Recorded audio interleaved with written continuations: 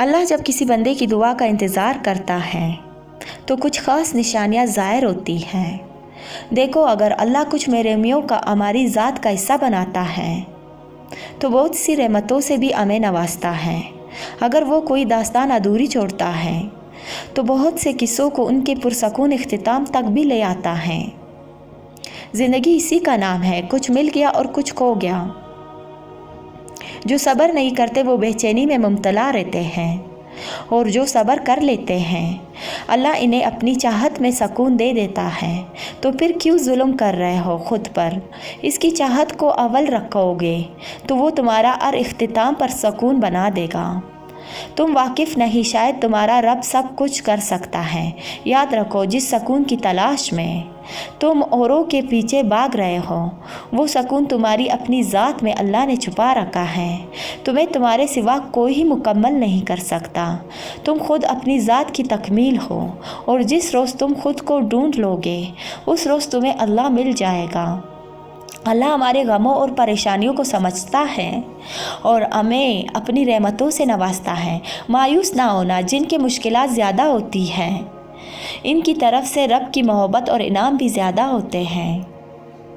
ہمیشہ امید اور بھروسہ رکھنا چاہیے، کیونکہ اللہ ہمارے صبر اور ایمان کو آزما کر ہمارے لیے بہترین انعام اور فضل کی طرف لے جاتا ہے۔ اللہ تعالیٰ قرآن پاک میں ہمیں زندگی کے ہر موڑ پر تسلی دیتا ہے۔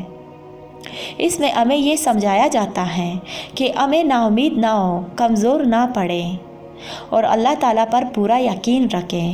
ہمارا رب ہمارے ساتھ ہے، اور اگر ہم اس کی رضا اور انعام کی طرف رجوع کریں تو ہماری ہر پریشانی دور ہو جائے گی۔ جب کوئی ٹوٹ کر تڑپ کر اس سے مانگتا ہے تو وہ اس کی ساری دعائیں قبول کرتا ہے۔ تمہیں لگتا ہے وہ تمہاری سن نہیں رہا، وہ تم سے بے خبر ہے؟ وہ تو اندھیری رات میں کالے پتھر میں کالی کیری کی بھوک میں محسوس کرتا ہے تو اس کو رزق عطا کرتا ہے۔ کیسے ممکن ہے؟ وہ تم سے 70 ماہوں سے بھی زیادہ پیار کرتا ہے۔ وہ تمہاری دعاؤں پر قبولیت کا مور نہ لگائے گا؟ سنو، وہ جو تمہارا رب ہے نا، اسے تم اور تمہارا دل بے حد عزیز ہے۔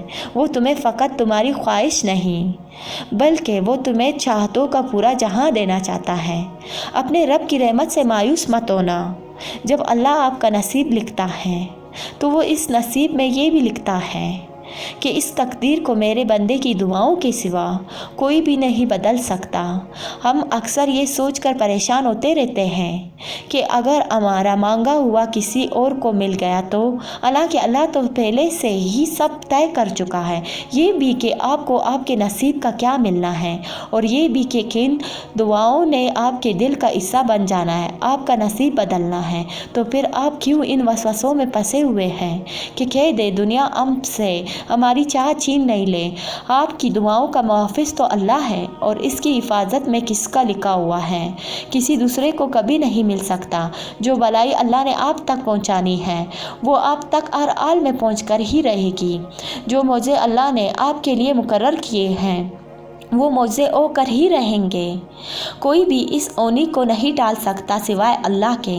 جس پر اللہ نے ہمارے لیے پہرے بٹھا رکھے ہیں اسے ہم سے کوئی نہیں چھین سکتا۔ اگر اللہ آپ کو انتظار کروا رہا ہے تو اس کا یہ مطلب نہیں ہے کہ وہ آپ کو سزا دے رہا ہے، بلکہ وہ آپ سے کچھ دیر تک رابطے میں رہنا چاہتا ہے۔ وہ چاہتا ہے کہ آپ مزید دعائیں کریں، وہ چاہتا ہے کہ آپ سے بات کریں، وہ آپ کی آواز بار بار سننا چاہتا ہے۔ اس لیے وہ آپ کو وہ چیز نہیں دے رہا، اور اس وجہ سے وہ اس چیز کا خیال آپ کے دل اور دماغ سے نہیں نکال رہا۔ تم خود اس کے اشارے کا انتظار کر رہے ہو، پھر جب وہ تمہیں واضح اشارے دے رہا ہے تو تم اس بات کو کیوں نہیں سنتے؟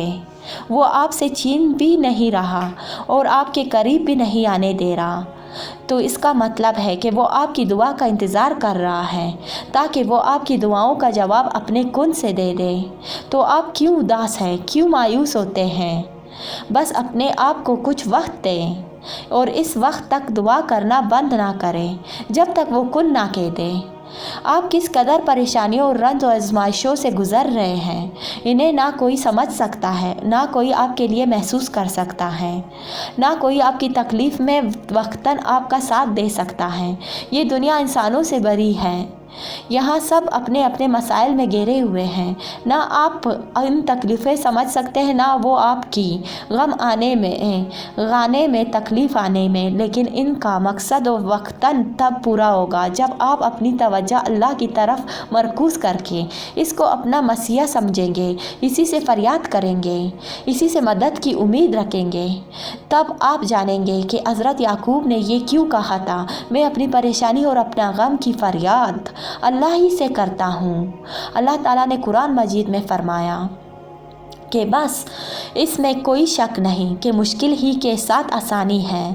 مشکل آتی ہے چلی جاتی ہے، بر وقت آتا ہے چلا جاتا ہے، کچھ بھی ہمیشہ نہیں رہتا، تو پھر تم کیوں غموں کا بوجھ لے کر اپنے دل سے لگا بیٹھے ہو؟ یہ آنی جانی چیز ہے۔ برا وقت آیا ہے، کوئی مشکل آئی ہے تو اس کے ساتھ آسانی بھی بھیجی جا چکی ہے، بس انتظار کرنا، تھوڑا سا صبر کر کے دیکھنا ہے۔ صبر تو صرف سے بڑی آسانی ہے جو اگر کسی مشکل میں آپ کو دے دی جائے تو دنیا اور آخرت دونوں سنور جاتا ہے۔ لہٰذا آج کی ویڈیو میں اتنا ہی، ملتے ہیں نیکسٹ ویڈیو میں، تب تک کے لیے مجھے دیجیے اجازت۔ اللہ حافظ۔